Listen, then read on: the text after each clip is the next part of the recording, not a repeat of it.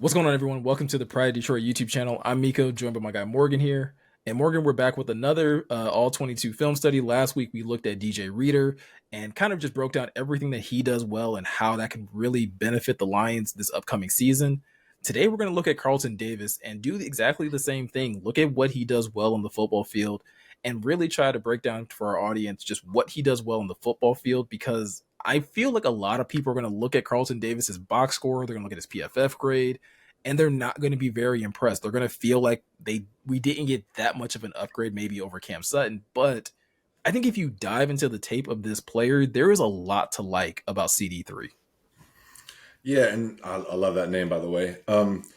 He's corner is definitely one of those positions that it's not always about statistical production, right? Like some of the elite corners have very limited statistical production. Like if you were lucky enough to watch like Darrelle Revis in his prime when he was with the Jets on those Rex Ryan defenses, teams were just like, yeah, we're not even going to throw at him, man. It's just not even worth trying because it's like lighting it down on fire. You know what I mean? So Yeah. yeah, I love that point, Miko, because that's sometimes the greatest compliment. And I know Dan Campbell brought that up during his interview at the owners meetings down in Orlando. He basically said, yeah, we weren't really like too thrilled about throwing at Carlton. So yeah, definitely someone you have to watch some tape, or at least just like watch a highlight reel. I don't know if they make highlight reels of just he runs the route for receivers a lot of the time. I know we have a couple of clips like it, but just good anticipation, being a really good athlete, and some buttery smooth hips. Yeah, and we'll get into some more of the things that he does well. But I think with this first clip, another thing that it's really important to keep in mind when it comes to Davis is how physical he can be in the pass game, not just, again, with receivers in their routes, but if something is thrown short of him, he has great ability to recognize, close, and still be physical with blockers. And he does that here with Chris Olave and basically helps Chris Olave help the rest of the Tampa Bay defense by basically knocking him into Alvin Kamara. Yeah, and he's a big reason why the Tampa Bay defense had some really good moments in 2023. And yeah, he's big, physical, 6'1", 206. Comes from out of the University of Auburn, so he's an SEC guy. So he's had to tackle his whole life, I'm sure. And I like this rep because I'm sure this is something Brad Holmes saw and was like, yeah, you can play for us. Yeah, this was again, when I'm watching this tape and this play came about, it was one of those, like, I was like, oh, okay, like this is something that kind of gets you out of your seat, because not a lot of corners make plays like this. Not saying that a lot of corners don't tackle, because I think we are seeing more and more corners in this league having to tackle, but being this type of physicality to actually chuck another man into another moving object, and allowing the rest of your defense to have to gang tackle, which I said it during our conversation earlier. I think this is where the league is going with, no more hip drop tackle. You're going to need a lot more guys rallying to the football. And with a guy like Carlton Davis willing to set an edge that far out, it kind of gives you something to feel confident about. Yeah, I agree. And yeah, I love this rep. The way every time I watch it, I love it more because Chris Olave is from Ohio State, good receiver, good young receiver. And yeah, he kind of got Debo'd there. Like Carlton Davis put those hands on him. And then even at the end of the rep, he chucked him. I was like, that was a disrespectful rep. To be honest with you. I love Yeah, it. and Chris Olave isn't a small guy, right? I think he's somewhere around like 6'1", 6'2". So like you're saying, like that level of physicality to be able to bring that to a pass defense that, again, even if something is thrown short, he's not that type of corner to be like, oh, well, I'm just going to allow myself to get blocked. Like, no, I'm still going to try to make a play. And another thing to keep in mind with that play, just like the recognition of it, because this is that was a pretty quick throw out to Olave in the backfield. And for him to kind of immediately recognize that, close the distance, it's a lot of things that you want to see from a veteran corner of his stature. Yeah, and that's why the Lions were willing to trade and pay him his contract. It's not a small cap hit. I know they restructured it and they spread it out a little bit, but yeah, he's definitely one of those guys. We were discussing it before we got on. He's not an elite corner, I would say, right now, but he's definitely he's in that upper tier because he can do it all, like we said at the top. So Yeah. I mean, and the thing that I think a lot of people are going to recognize when it comes to Carlton Davis, again, it may not always show up in the stat sheet, but he is very good at just, again, like you said earlier, running routes for people and being able to put himself in good coverage position so that even if a pass is thrown his way, it may not necessarily be quite like a PBU because he maybe doesn't get his hands on the ball, but he at least has made this throw more difficult for both the quarterback and the receiver to make a play. And that's still a win, in my opinion, for him as a player. Agreed. Yeah, and you see this a lot when you watch his tape. Like I watched both of the times that the Lions played them, the Buccaneers, and yeah, you see him running routes for people. His anticipation is really good. You can tell he watches tape, and then he's just so confident in his back pedal. I can't say that enough. Like you can see when DBs, and I know you know it, Meko, better than me, but when the DB trusts his back pedal, like he you can do a lot. You can be a good player for a really long time. Yeah, when you have that ability to flip your hips immediately, like in this play, be able to flip his hips and then be able to also close on this corner route. That's really, again, not a lot of corners are able to do that. Some guys get caught flat-footed in this moment.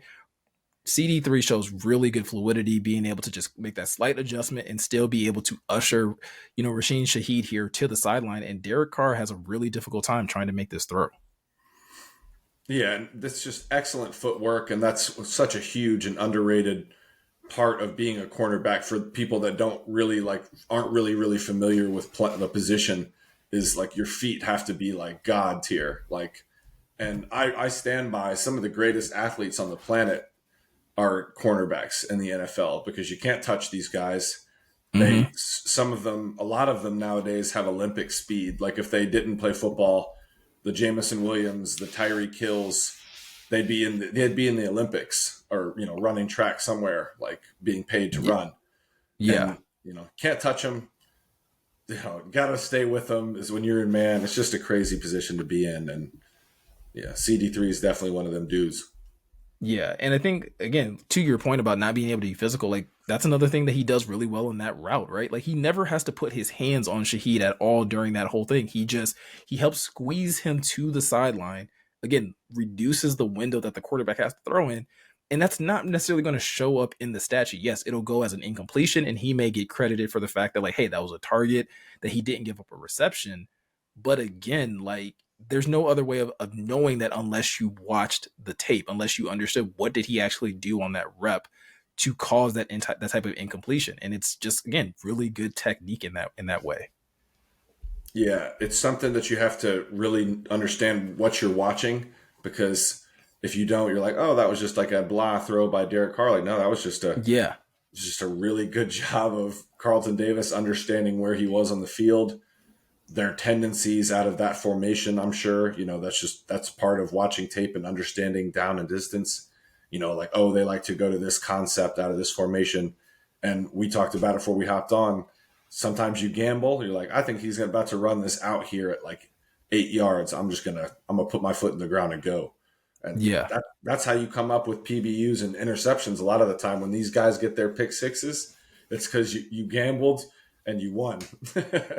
Yeah, and it's something that again, as a veteran player, Carlton Davis I think has a really good understanding of when it's best to do those things, and other times when it's best to just go head up with the receiver, be physical at the line like he is here with Chris Olave in the next play that we're going to look at, and just allow your size and again your know-how of how to play the game at a high level to kind of allow yourself to be put into good position here. And this is another one of those where again, it's not necessarily going to show up in the stat sheet because it's not a PBU, but Davis does a good job of taking away Chris Olave here, which forces, Derek Carr now have to go to his third, fourth option to try and make a play. And now the Bucs are able to get off the field here.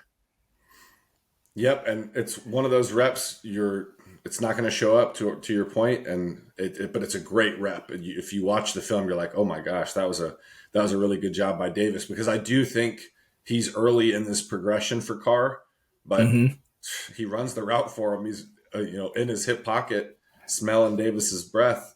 So can't throw that ball, or otherwise he's probably going to take it back way to that way to the crib. So yeah, that's just a good rep, man.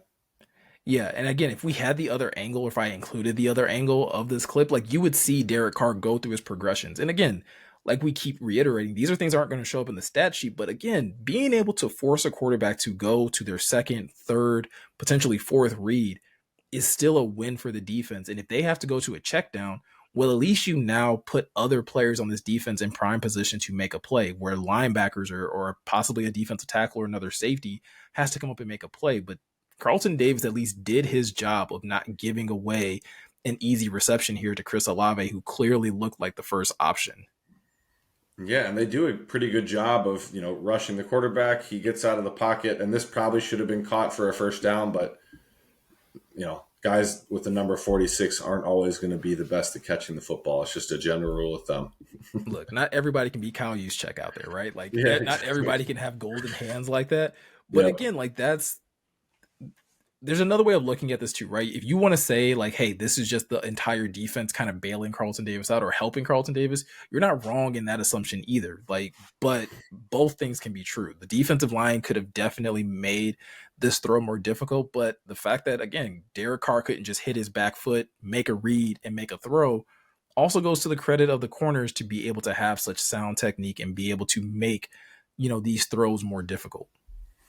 Yep, and that's sometimes all you really need to do against some of these. I don't want to say, we'll just say less than elite quarterbacks in the NFL. If you get them, if they can't hit their back foot and spin it, if they have to, get off their spot and improvise a little bit, things can get hairy pretty quickly, and that's how you force turnovers and ultimately win some games that maybe you shouldn't or were going to be a lot closer. So I would love to see more of that, man. Just because if you can do this, Carlton Davis, I think Dan Campbell said it, is going to give Aaron Glenn the ability to call some defenses more often, like on certain like third downs and things like that he wasn't able to call in 2023 just because of personnel. Yeah, absolutely. So those first three plays we looked at, Morgan, those are from the Saints game, right? And if we're going by PFF standards, that is one of his higher graded games from last season. The next couple plays we're going to look at is from his lowest or his quote unquote worst game of the season, which was the Houston Texan game. And this game was bananas to begin with. I remember just like keeping track of this on the Sunday that it took place. But if you look at the stat sheet again, this is why I think like a lot of people have to go beyond the box score. Statistically, Carlton Davis had a terrible game. I think he gave up like somewhere between 7 to 8 receptions, over 100 yards. CJ Stroud was absolutely in his bag in this game. But there's a lot of things that, again, that don't make its way into this because a lot of people are going to see a red PFF grade and they're just going to be like, oh, he just played terribly. And forgetting that there's 50 to 60 plays in an NFL game, they all can't be terrible. Because again, go back and watch this game. Tampa was actually playing really good defense in that first half of this Texans game. And a lot of that credit goes to Carlton Davis as well. And one of the things that we saw, or that you can see in that game, is his ability to tackle well in space, which is kind of one of the things that comes up in this next play that we're going to look at. We kind of saw it in the first play we looked at in the Saints game where he's able to come up and kind of jam Chris Olave into the backfield. This one, it's just him and the running back, and he has to make a play. Yeah, and this is where he excels too. Like he gets into his back pedal, he's getting depth in the zone, and then recognizes that they're going to get it to the swing pass pretty quickly here. To I think is that 26. Yeah, And Devin Singletary. yeah, Singletary. I wanted to say that, and yeah, just good job of coming up and breaking down and making the tackle. Yeah, it's a good rep. This is why again Tampa Bay's defense is pretty good because they had players like Carlton Davis, Levante David, Jamel Dean, Antoine Winfield, all pro. And yeah, their secondary was pretty good, man. I would say that. Yeah, and this isn't like a shallow drop either by Davis, right? Like he almost does like a full drop, then recognizes that this is going to the flat and resets his feet and then is able to close to make this tackle here. Maybe not the prettiest tackle, but I mean, again, it gets the job done. Yeah, we're not looking for style points. Just get them on the ground legally and safely. Right. Good No luck, hip drop. defenses. God, man. Dang. But I mean, these are the types of things that, again, I think, some of the Lions corners did well last year. Some of them obviously struggled with tackling in space. But if Carlton Davis is one of those types of people that, again, can at least slow a receiver or a running back down and allow, your linebackers and some of your other, defensive linemen to be able to rally and finish a tackle, this defense will be better for you. You won't have to worry about giving up so many passing yards or so much yak to ball carriers next season. Yeah, and he's gonna. I think it's gonna. A lot of it's gonna be as simple as him being closer to the receiver when he does give up a reception, right? Like there's something to be said for that too. Like if you give up the reception because it's a great route and it's a great ball, get them next time, but get them on the ground as fast as possible, right? Like limit the damage. And that didn't always happen last year because sometimes guys were just not in phase and they were just completely beaten off the line of scrimmage and were just in chase mode from the jump, missed Yeah. tackles, you name it. So, yeah, he'll improve in all aspects, Miko. I agree. Yeah. And so another thing that I both like and dislike about how he was being used in Tampa is that Tampa seemed to like to run like a lot of what either is cover three or cover four type of coverage. And they like to play a lot of off coverage. And the thing that was frustrating me, again, going back to just like the limited time that I played DB, is how far off they were basically playing.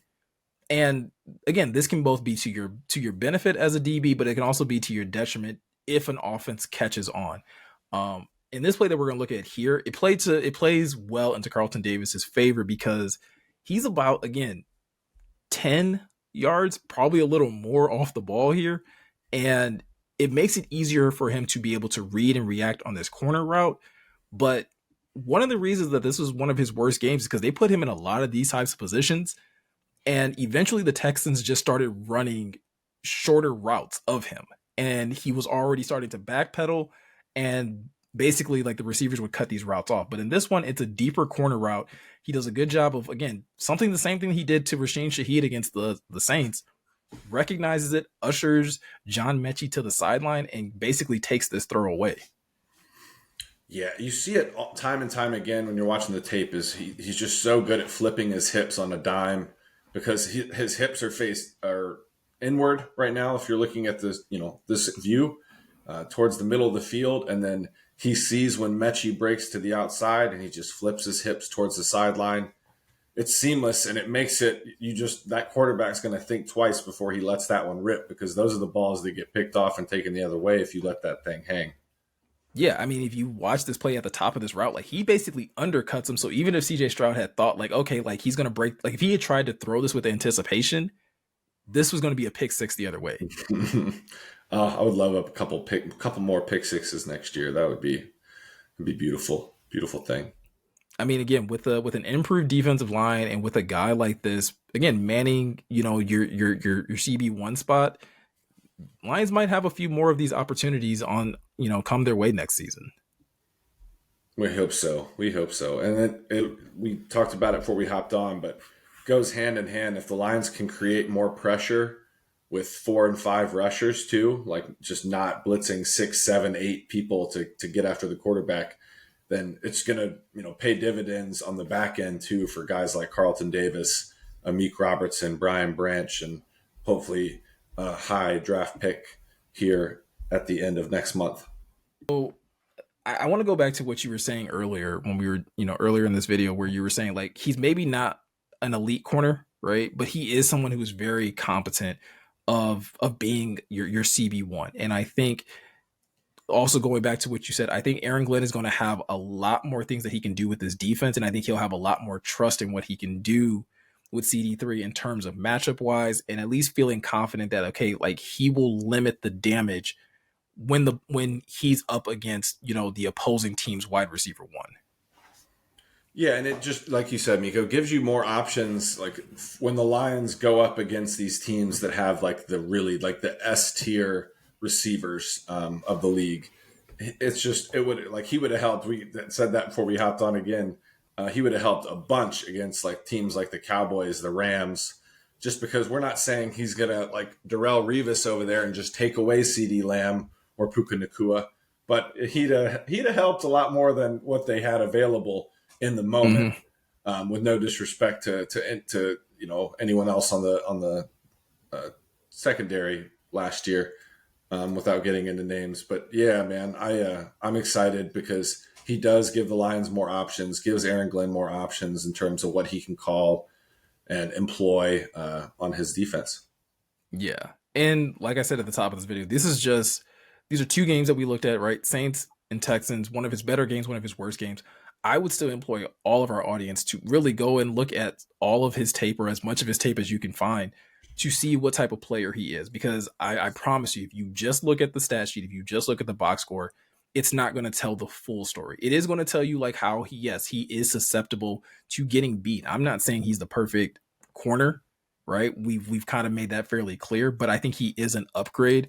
And I think if the Lions can continue to add pieces on the defensive line or add another corner or two for competition's sake, I think this defense is going to be that much better with him, the likes of DJ Reader, Aiden Hutchinson, Kirby, Iffy. Like you start talking about the players, Brian Branch, there are so many quality pieces on this defense that things should be a lot easier when it comes down to pass coverage or pass defense next season. Yeah, and I love that you were naming all those the personnel, excuse me, because that's this depth that Brad Holmes has created. You know, you add a safety, you add a veteran safety, you add a high draft pick, either as hopefully a cornerback of some sort, and yeah, all of a sudden you have a pretty deep room with a lot of young talent, a couple vets sprinkled in there like Carlton Davis.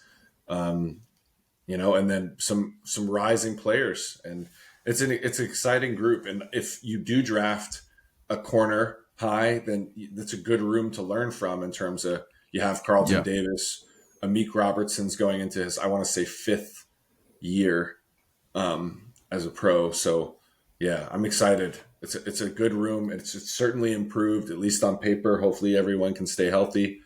Knock on wood. But yeah. Yeah, man. I'm really excited about, again, what the Lions have been able to pick up. Hopefully they can continue to add some pieces, and we'll see what the secondary looks like next season. But with all that said, that's pretty much going to do it for this video, guys. Be sure to continue to stay tuned in to PrideDetroit.com for any more news or updates that may be coming out about the Detroit Lions. And be sure to hit the subscribe button and the notification bell over here so that you can stay tuned into anytime we upload new videos or decide to go live over here on YouTube. But with all that said, I'm Meko. He's Morgan. Thank you guys for taking the time to watch. And we'll catch you guys in the next one.